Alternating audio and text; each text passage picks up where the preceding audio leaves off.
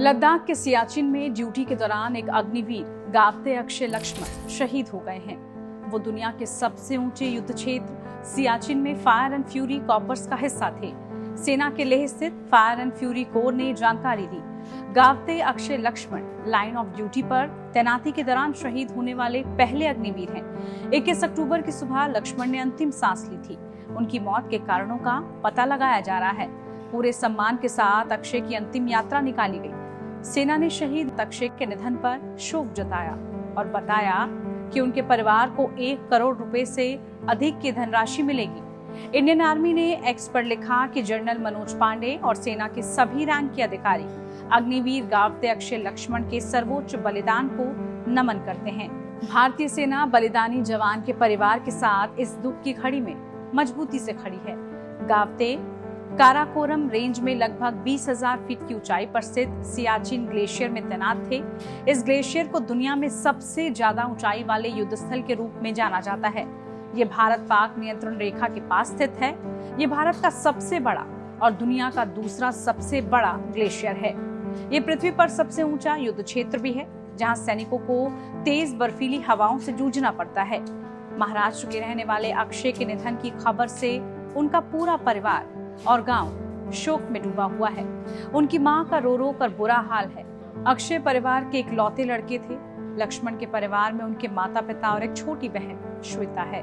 उन्होंने बीकॉम की डिग्री हासिल की थी। गावते के घर की परिस्थिति बहुत नाजुक थी। परिवार के पास केवल 2 एकड़ सूखी जमीन है। उनके पिता मजदूर थे और अक्षय अब अपने परिवार के कमाने वाले एकमात्र सदस्य थे।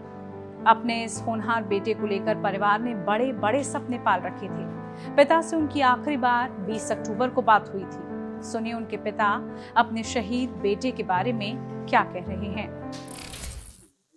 आपकी 20 तारीख क्या कहा आपको?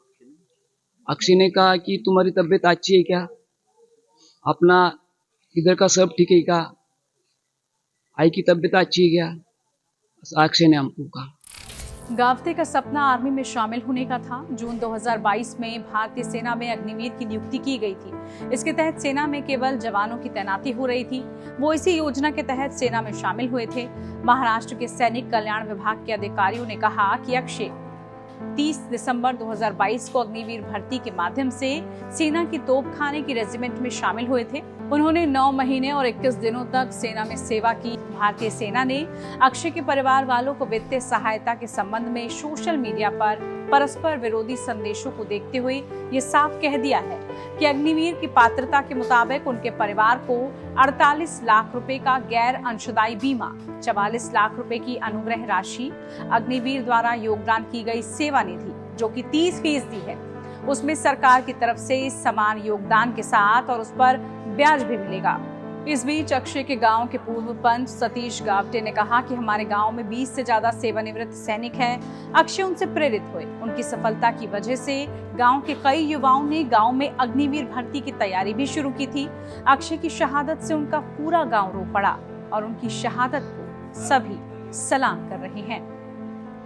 अगर आपको ये वीडियो अच्छी लगी हो तो इसको लाइक और शेयर कीजिए। साथ ही आप बने रहिए times now Navbharat digital platform के साथ। नमस्कार।